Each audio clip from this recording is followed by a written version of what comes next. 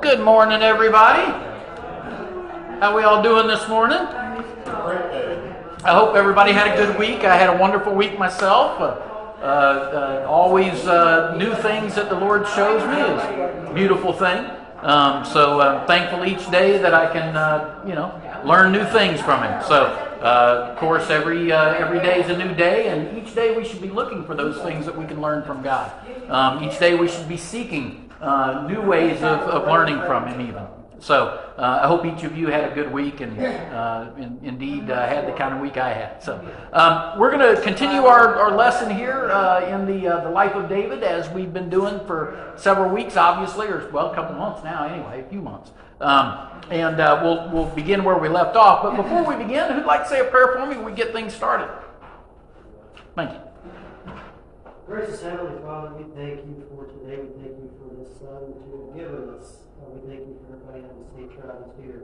Lord, I ask that during our class today that you open our hearts, you open our minds, you open our souls to receive the Word, to receive this knowledge that Charles is about to give us. I ask that you use Charles in a mighty way. Hide him behind the cross so that when we see you, we ask that you bless everybody here and watch over us, and we love you and praise you in your name. Amen. Awesome. Something else at the end of class, I'm going to start trying to devote the last 5 minutes of every class to prayer requests, so that we can begin to. I know it's something that we talked about doing a few weeks back, but I'd like to begin that, and I'll try and get them put up on the prayer wall as well. So I know we started it, and then somehow I don't know how it dropped off of my radar, and I let it, not happen the next couple of weeks. So we'll begin doing that again at the end of class. All right, so I have some jokes. Hopefully you like them. I've got several just in case, So did you all hear about the dyslexic devil worshiper? He sold his soul to Santa. All right, Freddie said that to the children's church teacher, can you tell me Freddie, the children's church teacher, said to the children, can you tell me what we, must do before we can expect forgiveness of sin? The little boy raised his hand and he said, yeah, we have to sin first. All right, one more. Robert broke into a jewelry store. It was about midnight, and he was, of course, attempting to steal some diamond rings. Well, while he was trying to quietly break into the jewel case, in the dark, suddenly he heard a large dog growling over in the corner and almost scared him to death, just the growling. So he turned his flashlight down into the corner of the room, and there sat a large German shepherd, big, huge dog, right? And the burglar thought to himself, well, if I yell for help, the police will come and they'll help me, but I'm going to go to jail for burglary. But if I don't yell for help, that dog's going to jump me, right? And either kill me or put me in the hospital and disfigure me. So what am I going to do? He's thinking to himself. Well, just then a voice came from above near the ceiling and said, Jesus is here with you. Jesus is watching you. So great, he thought. Now I have some help. So he turned his flashlight toward the direction of the voice, and he saw up in the ceiling there, hanging from the ceiling, was a bird cage. And there was a parrot there.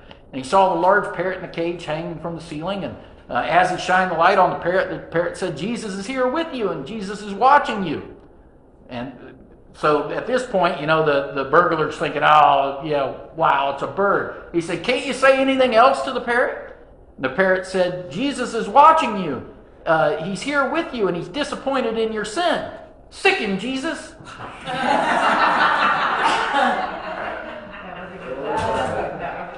All right, so those are our jokes for the day. I've got 2 or 3 more, but I'll save them for next week since y'all like that one.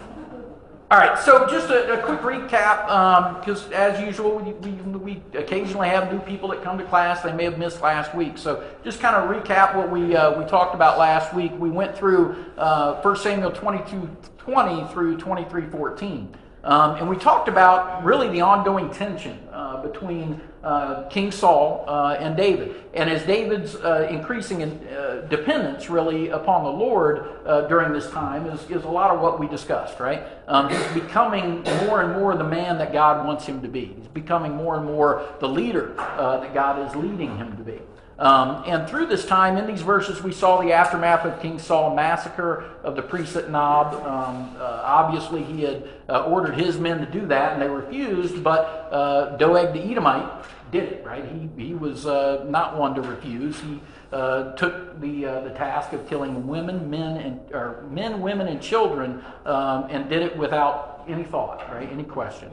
And we talked about there are people that they are that way. They're simply somebody that is an opportunist, right? And any opportunity to become more important, they're going to take. Even some that depraved that they would hurt women and children included. But as we talked about, David also during that time, he had realized that his sin that he had committed before when he spoke with Ahimelech, the priest there, was now there were consequences.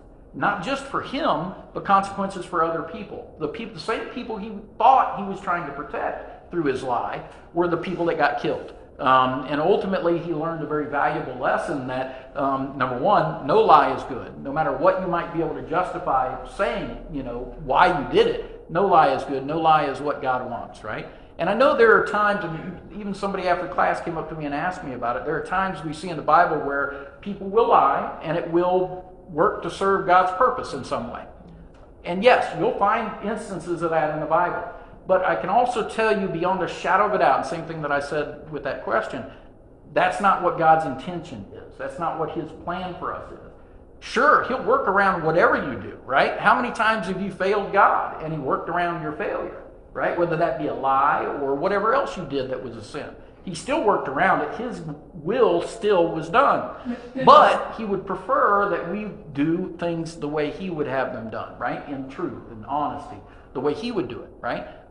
So just because God can work around our lies, work around our failings, doesn't mean that God wants us to fail, wants us to lie, wants us to do those things. He would prefer we do it the other way. Because I can tell you right now, God would much rather work around your truth than work around your lie. Because ultimately, God can do more good with your truth than he'll ever do with your lie. And so you're actually hindering God's will when you lie. As much as you may think you can justify it, and there are places in the Bible where it seems like you can justify it, there is no justification.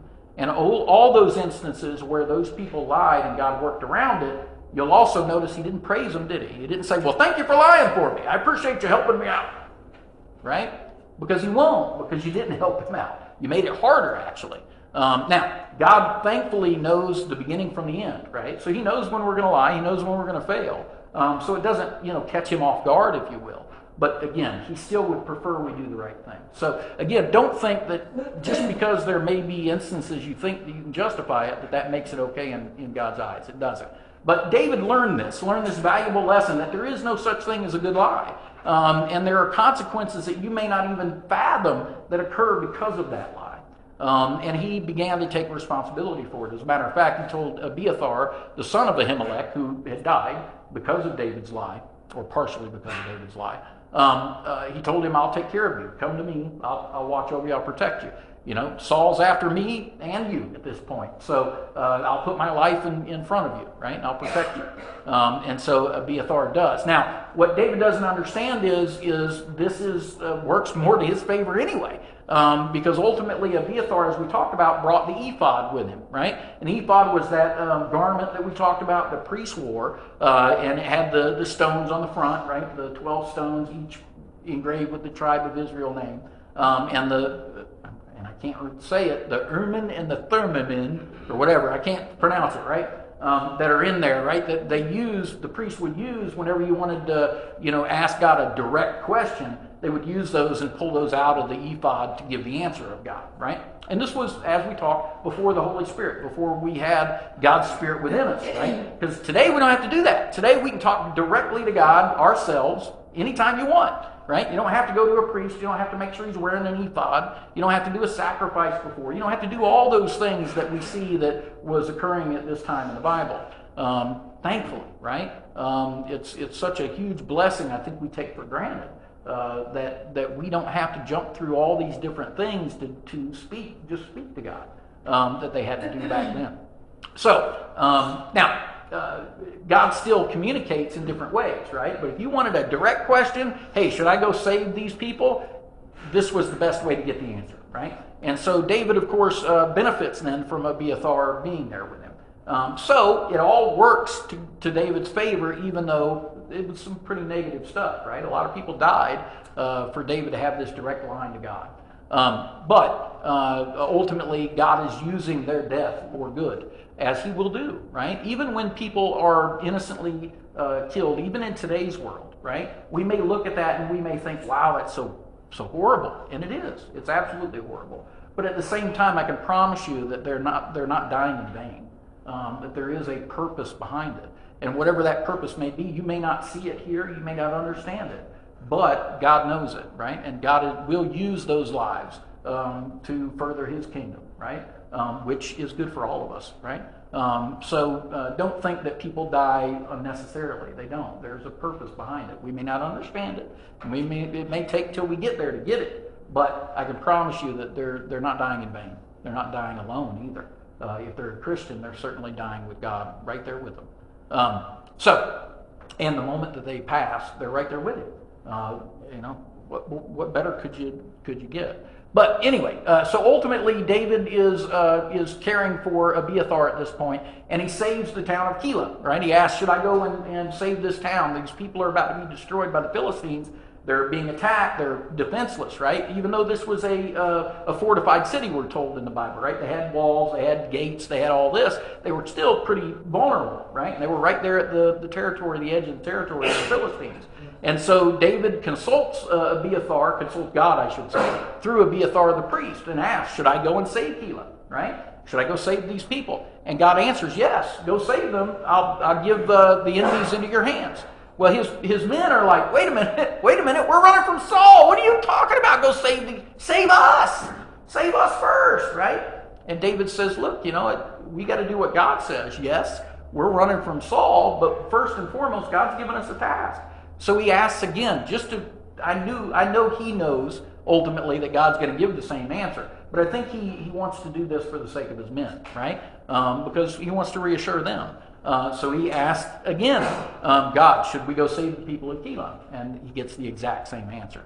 And so at this point, that assuages the fears of his men. And they go to save Keilah. And as we talk, Saul finds out about this, right? And Saul thinks, awesome, David's stuck now. He's in this place that I know is surrounded by walls. He's stuck. There's one way in and one way out of that city, which means now I can go get him. He's mine. God, thank you for putting him in my hands. God didn't put him in his hands, right? But at the same time, Saul didn't consult God once, did he? And yet he believes that God's working in his favor. And he's not, obviously. Had he consulted God, he'd probably know the truth, right? But he didn't, because that's not who Saul is. Saul is the one that believes everything is his and everything is his to have, but he doesn't consult God even in the first, right? To find out whether his thoughts are self-deception or not. And it is, right? As we closed our lesson last week, ultimately, David had found out that Saul was coming, right? So once again, God gave David exactly the information he needed at the time he needed it for him to be able to escape. And that's what he does. And that's where we'll begin our lesson today, is with ultimately David escaping from Saul. And some of the things that we took from that lesson is courage and faithfulness, right? David's reliance upon God, God's protection. All these are things that are things that we can count on for God ourselves each and every day. We can rely on God's protection, rely on his provision, his guidance, his justice, all of that. But it takes the same thing that it took for David. We have to consult God, right? We have to come to God with those things. Expecting God just to act, yes, he will, but you should be coming to God with those things in your life that you want him to act upon, right? Express it to him. I was just telling somebody before we began class, I'll be preaching at Harmony today about the doctrine of adoption. We're the children of God. And I hardly ever hear pastors talk about what that truly means. And it's important. It's so important. Each and every one of us we were orphans before we were adopted. We were orphans that were shaking our fist at our Father, at our God in heaven, right? We were orphans that could care less about God. And he still, in his wisdom and love, decided that he wanted us as children, even though we were shaking our fists at him and telling him we hated him. He loved us enough to not hear that. And now we have what David did not have. We have the ability right now to stop right this moment and pray to our Father in heaven. And he'll hear us. He tells us, I will hear you. I will hear you. Me. Who am I? I'm nothing. Yet I know that my Father in heaven loves me enough that he's listening for my every word. Wow. It's so awesome. And to know that we have a privilege King David did not have. Think of that. You have a privilege like none other. You have a direct line to God, the ruler of the universe. You can talk to him anytime you want. And yet we squander that. We waste it. We spend all day long worrying about what we're going to do instead of asking God what we should do. We spend all day long worried about how the world is tearing us apart instead of asking God how to be his servant in this world. We have such privilege that we don't use. We squander, and it's sad. But that's first sermon. If you want to hear the sermon, come to... Yeah. Yeah. Because we are not in the Old Testament. Jesus, we're under grace. Yes. And it's through Jesus we have access to the Father. Absolutely. Absolutely. And that is a privilege. Yes. And that's an honor. He paid the way. Exactly. For us to have access to Him. Exactly. And it's a gift that I think that we don't give the importance to we should. And I think, again, it's rare I hear even a sermon about it. And it's sad because I think, part of what prompted me to want to do this sermon this week, and I'll tell you guys, sorry, I'm getting off track, obviously, but part of what wanted me to do this is I heard about a pastor that I had done a conference with a couple years ago, 2-3 years ago, where he was doing a conference on expository preaching, right? It was a 3-day conference in Columbia. Pastor Lawson. And I know you all probably, if you follow these things, you probably heard that he had an inappropriate relationship. He stepped down as pastor. And I heard another pastor say, if more people understood what we were just talking about, the fact that we are sons and daughters of God by the grace of Christ, we would be more likely to not have those things happen in our lives, whether we're a pastor or not, right? And he said, if more pastors would preach that, number one, they would get the benefit of preaching and reminding themselves of who they are, where they stand with God, and they would remind their congregation, and also be less likely to fall into those kind of sins. Because when you understand who you are to God and what your responsibility is a son or daughter is, it makes it harder for you to sin so brazenly. And so wantonly, right? Because you want to please him, right? Just like you want to please your own father or mother, right? You want to please your Father in heaven. And so it knowing these things help you to be the child of God you're supposed to be. But anyway, so that was the purpose behind me preaching that at Harmony. So if you want to hear the full sermon, including about things like that why we have that privilege, come to Harmony. We'd love to have you. I'm sure everybody there would love to have a group of people come. They love it anytime we have people visit. All right, so let's move to the lesson. We've already spent a lot of time. All right, so let me get to the slide we're on. And here's a map of Keilah, by the way, where they were at. If you see it right there in the center, right here, turn on the pointer. Right there. And the cave of Adullam is where David was at before that, where all his family had come 2 weeks ago when we learned about that. So Keilah's right here, right? And of course, Saul's now going to come and try and get him there. All right? That's actually approximately. That's a good question. I don't have the scale anymore on the map. I think that looks like the scale that it should be about probably 20 miles, something like that. Might be a little longer than that. I'd have to pull up the original map. I don't have it on the screen. But I'll make sure next time I put the scale on the screen with it. Apologize. But I'll get the answer for you. But it's probably about 20 miles. It was a day's journey, I think, if I remember right, for whatever. But anyway. All right. And it's right there. It's right there by where the Philistines were, right? So right next to their territory. All right. So who will read for me? Let me bring it up here.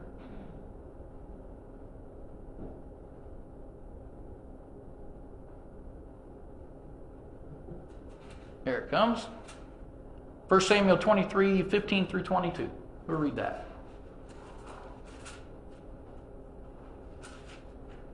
Got it? Thank you. Then David saw that Saul had come out to seek his life. Now David was in the wilderness of Ziph at Horish.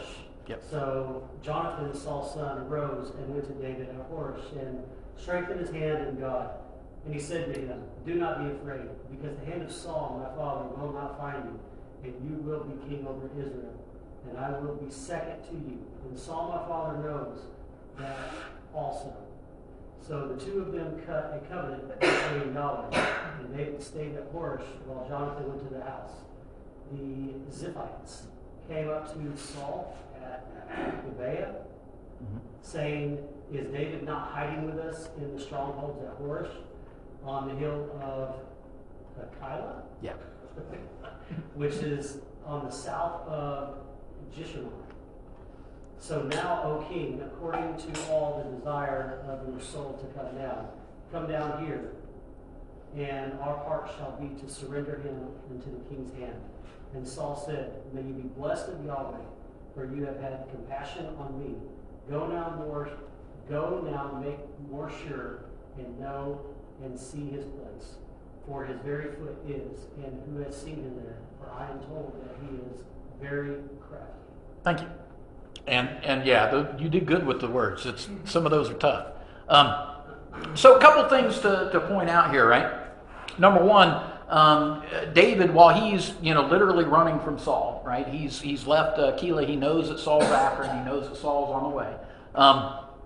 Ultimately, Jonathan shows up, right? Jonathan, his friend, his brother, if you will, and covenantal brother, if nothing else, right? He shows up, and it tells us he strengthens his hand. What that means is what it sounds like, right? He gives him strength. He lifts him up, right?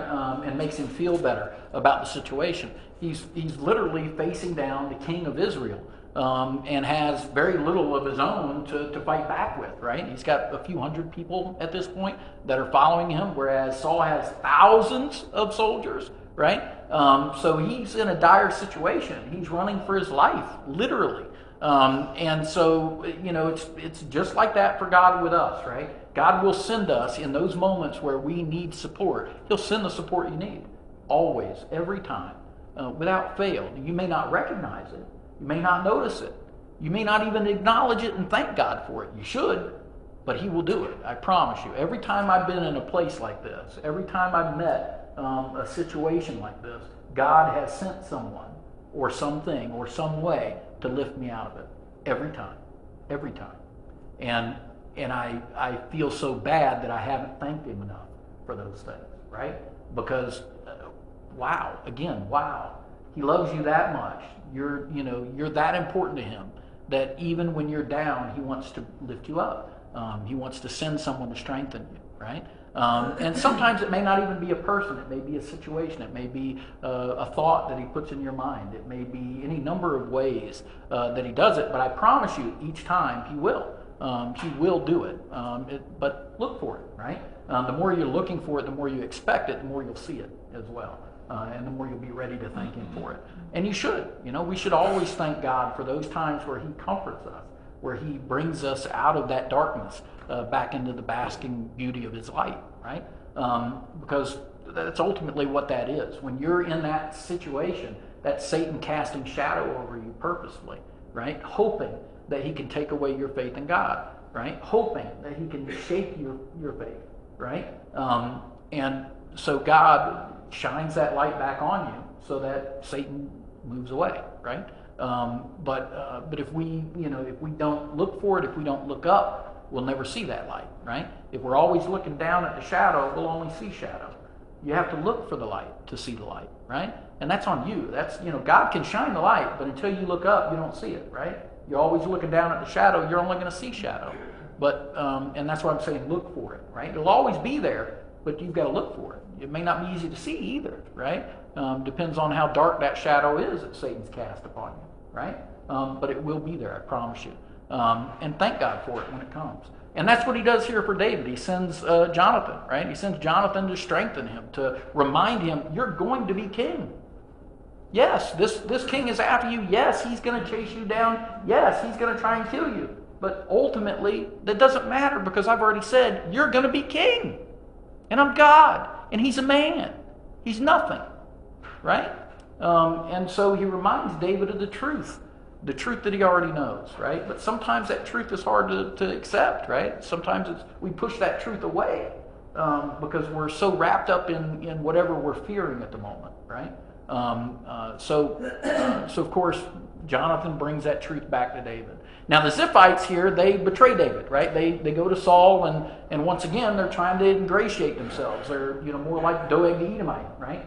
Where they're trying to get favor with Saul, and so they betray David to Saul, and they're fellow Israelites now. They're not some other country or something. They're fellow Israelites. So that's kind of pretty. I'm sure hurts David's feelings, if you will, right? Because he's trying to be a king for everyone, right? He's going and risking his life for the town of Keilah.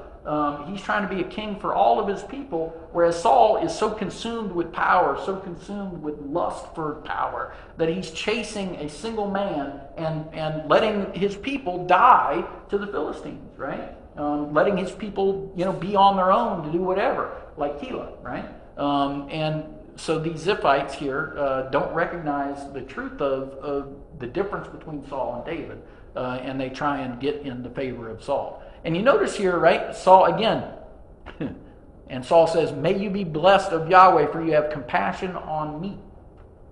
It's all about him, right? It's all about him, and it has always been about him, right?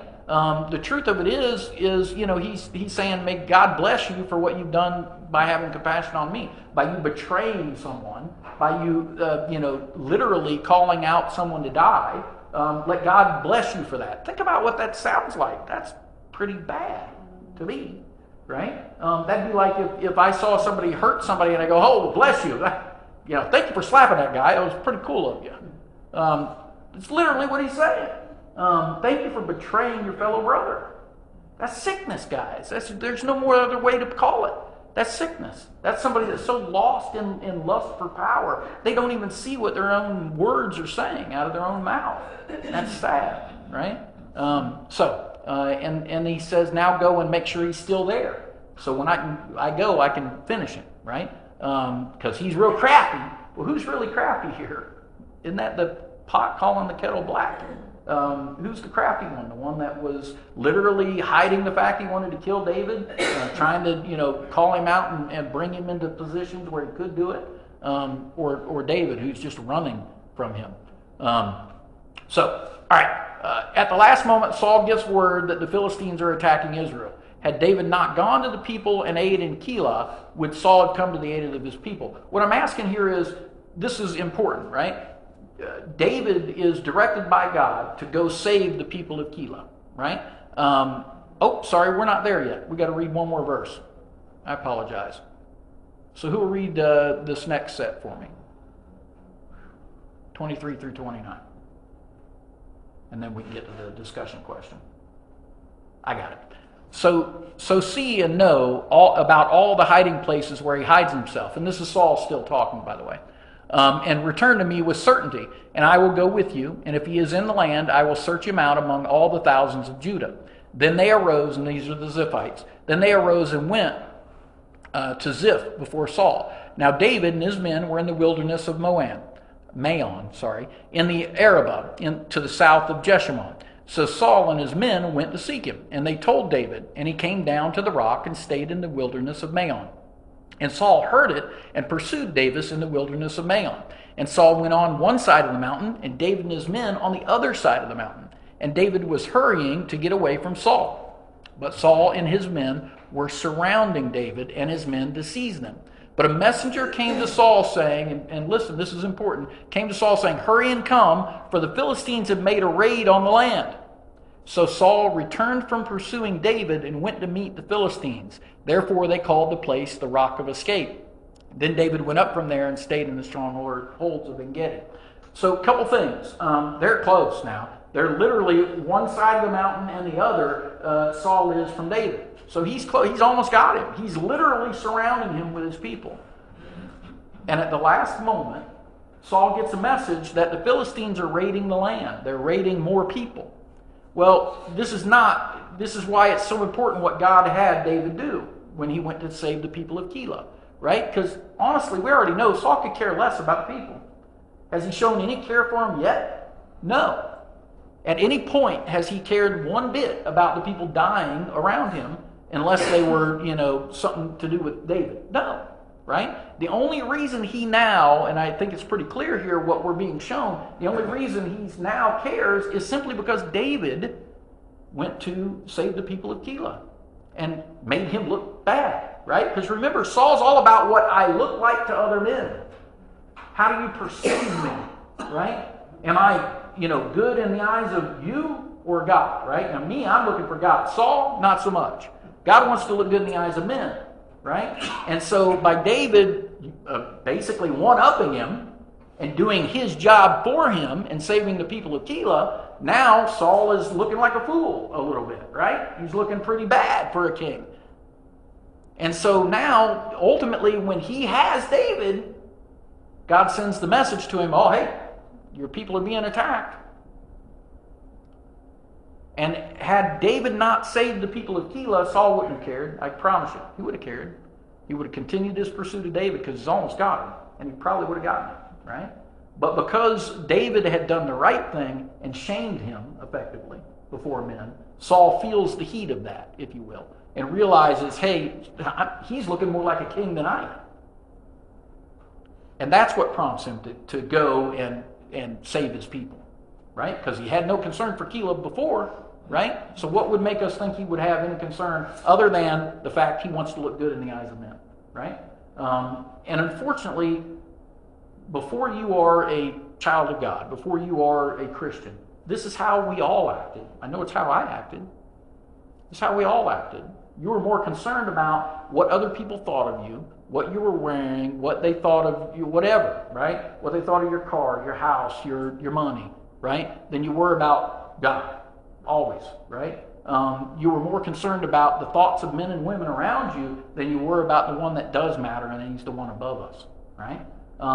And that's the same thing with Saul here. He has no care for anybody but himself.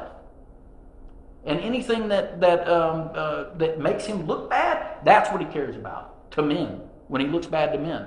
He could care less what he looks like to God. He doesn't even know who God is. Remember, he calls him your God.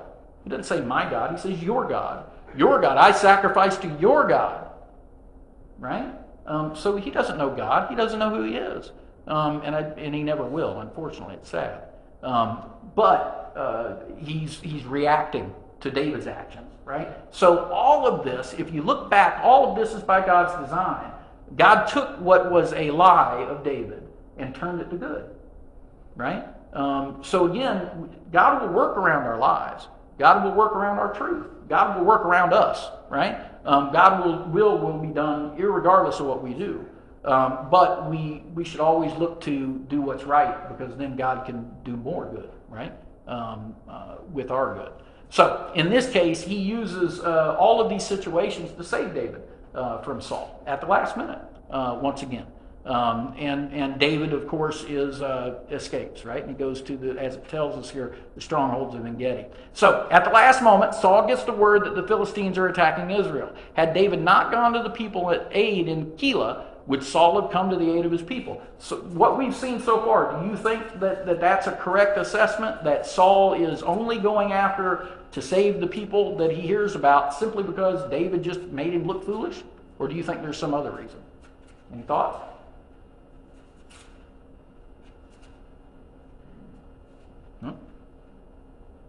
All right. Yeah, Charles. Yeah. In verse 28. Uh-huh. Verse 28. So before that, verse 27, the messenger came to Saul and said, hey, the Philistines are here. Yep. And verse 28, therefore Saul returned from pursuing after David. Because of verse 27, he stopped the chase of David Right. and went after the Philistine. Right. And so I think you're exactly right. Because of that, the optics of it, now he's got a chance at a photo op pursuing the Philistine. Right. Wow. And it's funny that you use the word photo op, because look at all the stuff we see today in our own world, right? Where You're stealing my lines, but yeah. oh, I'm sorry. It's played out on our TV, right? Yeah, exactly. Where you have leaders that are more concerned about how they look than how they are, right? And we see that constantly, every day, and it's sad. If we had leaders that had half the righteousness of David, we would be so much better off. That's what we're lacking. That's what's so wrong with our world right now, is we're so far from God. There are so many ways that we could do so much better, and our world would change if we would just do the simple things. But thank you. Good. This country is worried about looking, I call it just looking like a Christian. Yes. Because Christianity is really not a popular thing. And God is bringing us to a judgment on that. Yes. And we're seeing people come to the Lord or walk away. And there are places across this country and across the world. There are more people in India coming to the Lord today than there are in the United States. Yes. Yet they baptized like 1,400 in California just over a month ago. Right. At revival. And so we don't realize we become accustomed to just doing. Right. And like Saul saw David as his enemy, period, to his throne. Right. And he felt that had to be took care of, yet he did not understand the Lord had done decided the matter. Right. And it was just a matter of time before the Lord would follow it through. Right. And God's preparing David, right? Each time we see each of these situations happen, I hope you see that David's learning from this too. David is changing as a man, as a leader, as a Christian, right? He's becoming more a man of God each and every situation that he's under. He's more turning to God for his help, for his sustenance in every way, right? We had talked about a few weeks back the number 5 being the number in the Bible that signifies God's perfect provision, right? Like the number 7 signifies perfection as a whole. But the number 5, God's perfect provision. And we see that David is continuing to learn about God's perfect provision, meaning God providing everything we need, or every need, right? The Bible clearly says that God provides for our every need. It doesn't say some of our needs, right? Our every need.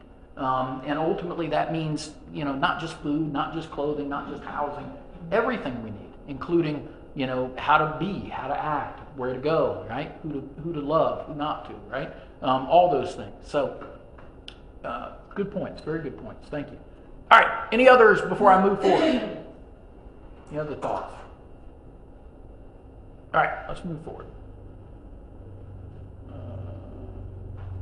All right, so the next I want to bring up, as we do each time we run into a place where a psalm was written, or scholars believe it was most likely written, I bring it up. So here, scholars pretty much agree that Psalm 54 was written during this time by David. So who'd like to read Psalm 54, 1 through 7 for me?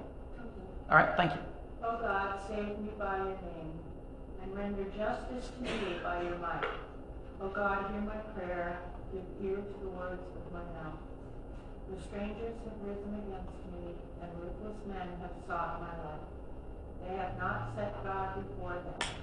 Selah. Behold, God is my helper. The Lord is among those who sustain my soul. He will return the evil to my foes. Destroy them in your truth, and with a free will offering I will sacrifice to you. I will give thanks to your name, O Yahweh, for it is good. For he has delivered me from all distress. and my eye has looked in triumph on my enemy. Very good, thank you. And a couple things to point out here. One, this is about the Ziphites, right? He's talking about them here, that they betrayed him effectively, right? Their fellow Israelites that have betrayed him. And I want you to also notice that word Selah. This is a psalm, it's a song, if you will, or a poem, right? That they would sing like we do our hymns today. Well, the word Selah, I don't think we really give it the importance that it should have. When you see that word, what it means is pause, right? It means pause or silence, right? But it means more than that. It also means reflect on what you just read. It means think about what I just said, right? Pause with reflection, not just pause here, because we're going to pause here. It's pause and reflect, right? So ultimately, when you see Selah in a psalm, it means you should look back at that last couple sentences and reread it. Because God's sending you an important message there that he wants you to think about. Because that's what that means when you see that, all right? So what it says there is, for strangers have risen against me, and ruthless men have sought my life. They have not set God before them. So they don't have God in their lives, right? Which is why they're chasing after me, why they're ruthless, why they've risen against me is simply because they don't have God in their lives, right? That's effectively what he's saying. Important when you see that word Selah. Also, ultimately, he's saying here, I'm going to give you praise. With a free will offering, I'll sacrifice to you because I know the Lord is who sustains my soul, and he'll return evil on my foes. I'm going to win no matter what, effectively, is what David's saying here. Because you're in control, God.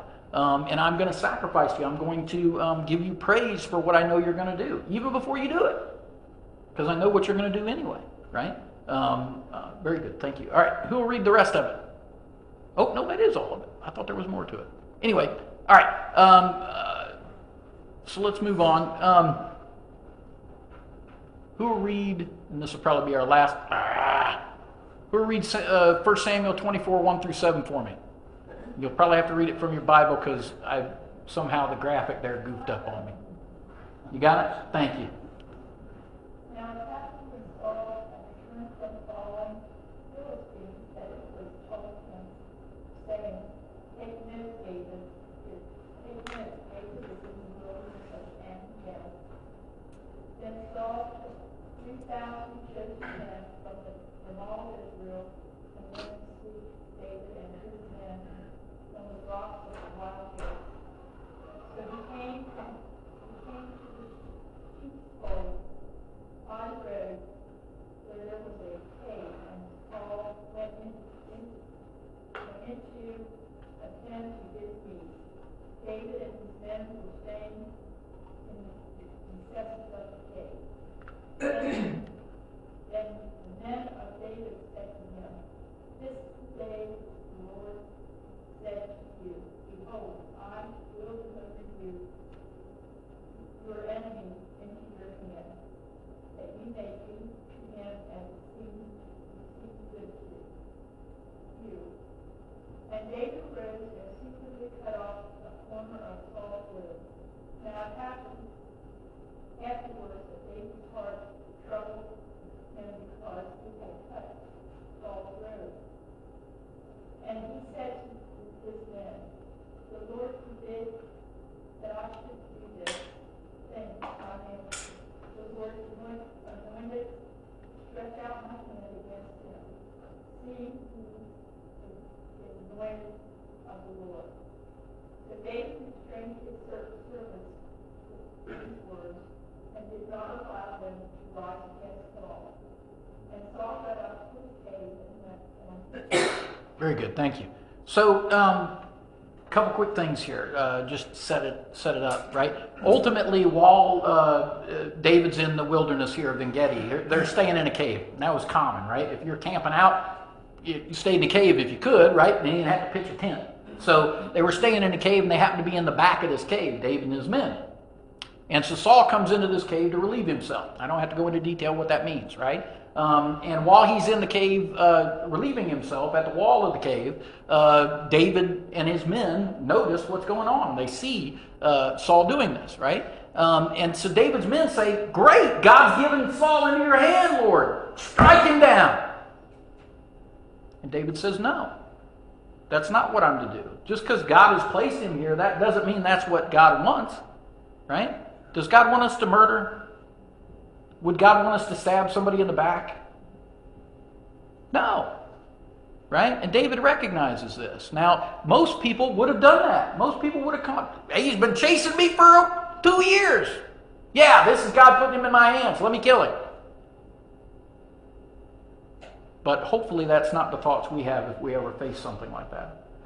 You know, if you ever have somebody that's your enemy, right? That has been treating you, mistreating you poorly, doing things to you they shouldn't do, and then you have a situation where their fate, if you will, is in your hands. I hope you act like David did. I hope you don't choose then to return to them the evil they've given you, because if you do, you're no better, are you? At that point, you are them, aren't you? And we'll face that, guys. I promise you. You're going to have situations in your life where this is you behind Saul. And you're going to choose. Am I going to be wicked and do what's right? Do what's wrong or do what's right? Am I going to spare this man or woman? Or am I going to strike him simply because he struck me?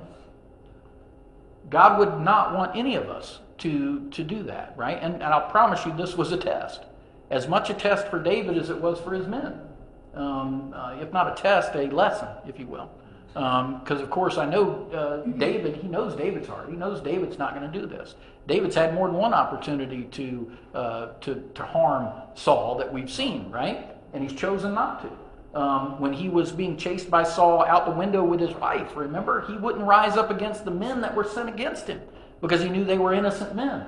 And he didn't want to hurt innocent men because of a wicked man's thoughts and beliefs, right? And so surely he's not going to rise up against Saul and stab him in the back. That's not very honorable, if nothing else. But it's just not right either, right? And so ultimately here, David is explaining to his men, you know, don't call on me to be wicked like he is wicked, right? Which is why it says that it tore his men to pieces with those words. Right? He's telling them, what kind of person are you that you would stab him in the back? You know, do you not respect the fact that God placed him there? Sure, you don't like him. I don't like him. He's not being real kind to me. But that doesn't mean I shouldn't respect him. That doesn't mean I shouldn't honor what God has done. I'm not his judge. God is.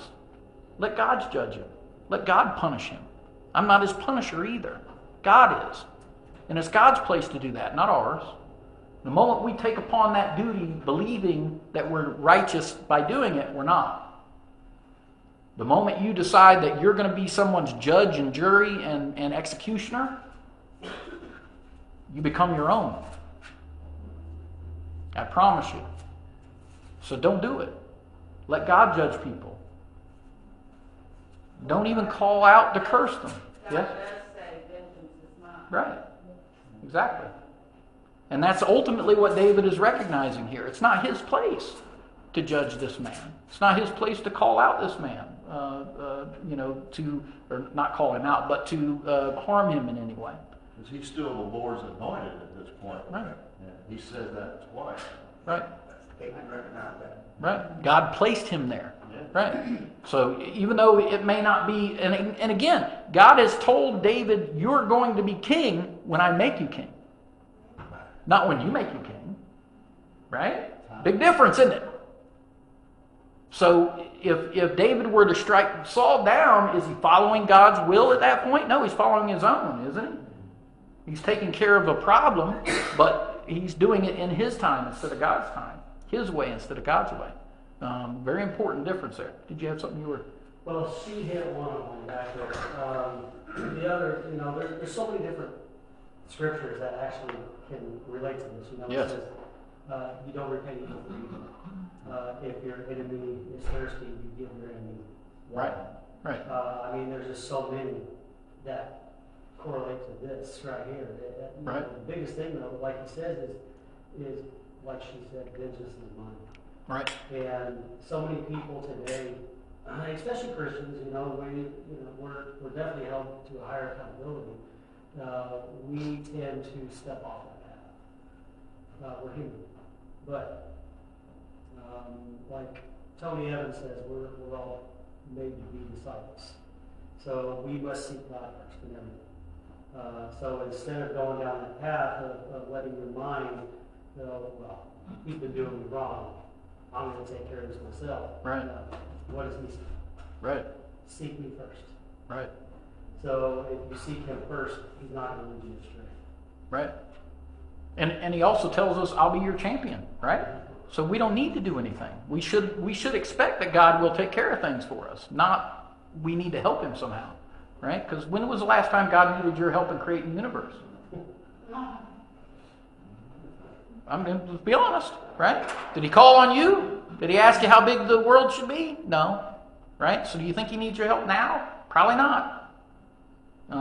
And we would be wise to recognize that, right? Recognize the relationship, father to son, father to daughter, right? Very good. Any other thoughts before I? This was an example where David was a man after God's heart. Yes, absolutely, absolutely. Which is, again, as I said a moment ago, something that David, of course, God knew of David, right? God knew his heart, like he knows your heart. He knows what you're going to do before you do it. And so yes, this looks like a test for David, but I know God already knew what the result would be. So it was more so a lesson for his men than it was a test for David, right? But it also was a lesson for us, ultimately. That's the truth of it. All of this was done for you and I. Nobody else, you and I, right? So yes, David and his men learned something here too, but ultimately the point behind all of this was that so you and I would know when we're faced, because you're going to be facing this at least once in your life, at least once, if not more than once, where you'll have the power to harm somebody that's been harming you. And you'll have to choose, am I going to be that, or am I going to be what God would have me be? And I hope you make the right choice. I hope you make the choice David made, right? Let God handle all those things they've been doing wicked to you. God will take care of that. Let him handle it himself. You do what's right? And then let God handle the justice part himself. Yes? So, I've been wrestling, I don't know if I'm big politics stuff, but I kind of do. I've been wrestling with who am I going to vote for? I've been praying for neither one of our candidates. I feel both of them are disruptive to the United States. Now, how do you vote for someone? That's my right to vote, so how should I vote? I mean, there's nothing that they're saying that's making me feel that they're going to screw our country. Look the Bible. No. The Bible against LGBT. The Bible against transgender. Right? The Bible against abortion. There's only one party that believes that. And one party that wants to make it and take our children away from us. I know. When I look at, That's all there is to it. when I look at the story in the Old Testament of when Hezekiah, King Hezekiah was a little boy, the bad guys they were sacrificing their children, and so I don't remember what the ages were, but they came in and they mistakenly took Hezekiah's brother and threw him in the fire. Okay, so Hezekiah's life was preserved at that time. And then later in life, Hezekiah asked to preserve his life for another period of time so that he could glorify God. He didn't do anything during that 15 to 16 years that God gave him life. But the point was, at that time, they were sacrificing children. And that is and to me, that is the biggest no-no that you can do. Because God said, I knew you in the womb. I knew you. Yes. Yesterday, we had a march in Washington. And they would call it a leading women, but it wasn't that many. We called everything that was going on with the storm. And partially because of our indifference. But the one thing they kept bringing up and talking about was you cannot vote for people who do not follow the Bible. Okay? Transgender is wrong. LGBTQ is wrong. Abortion is wrong.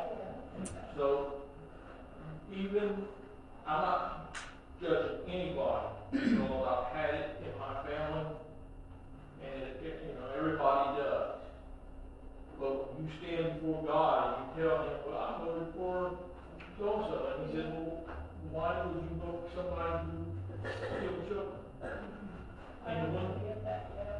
But I just think with this David thing that I'll go to the lesser of two evils. That's a lot of it, unfortunately. I do.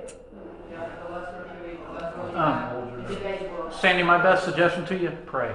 The night before you go to vote, pray. Ask God to reveal to you. And look, there's nothing that says you got to vote for anybody other than who you want to vote for. What God tells you. Yeah. Believe it or not, I've actually put Jesus on the ballot before. Yes. And if we would do that truly, we would have a different world. But yeah, you're right. It's very difficult. We live in a world where a man or a woman is not going to save our world. No. They're not. I don't care what candidate you put up there. None of them are going to solve any of the problems that we have. Not even the first problem. And the reason they're not is because they're not God. And the moment we put our faith in a man or a woman, we fail God. So don't put your faith in them. Yes, you should cast a vote because that's what God calls you to do.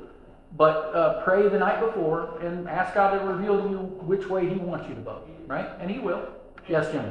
And remember, God used It's a short-time patch, and the pastor notes, he hands out. I think it was the thing said about that. Yeah. And this is something I'm passionate about, I'm sorry. But we have too many Christians that will vote for a candidate that supports abortion. I cannot vote for that person under any circumstance. I cannot vote for transgender support. And God used Nebuchadnezzar, He used the king, Esther's husband, and so forth. Well, I'll just have to pray about it, if I can't make a decision on God. Yeah. Do that. Nothing wrong with that. Serious, I do not, right now, I feel God, I don't want to vote. Well, you should vote. That's how I feel, but You should vote. Each of us are called to participate in elections. Each of us are called as Christians to do that, right? So we shouldn't just because we're disgusted with the system, throw out the system, right? It's not the system that's wrong; it's the people that are ruining the system that's wrong. So we still should participate, but just do it in prayer. And, as far as the system, and I don't care about that, I think we've got two crazy nutballs running for president. One on the far side, and the other one on the other side, and it just boggles my mind. Just don't listen to the news. sure. Oh, I don't listen to it, but I said, All right, guys. We got to end the class. We're past time. All right. Who will say a prayer for me? We'll end things up. Father God, I just thank you for all your love and care for us. Thank you for this lesson. And just heed your wisdom in every situation in our lives, Father. I pray that you also just give our will to yours. And I pray for Charles as he's going to preach, that you would be with him and Pastor Finn. Speak freely in your words, Father. And speak the lost. Prevent Amen. Thank you very much for the prayer. All right, everybody. Have a great week. God bless. Love you all.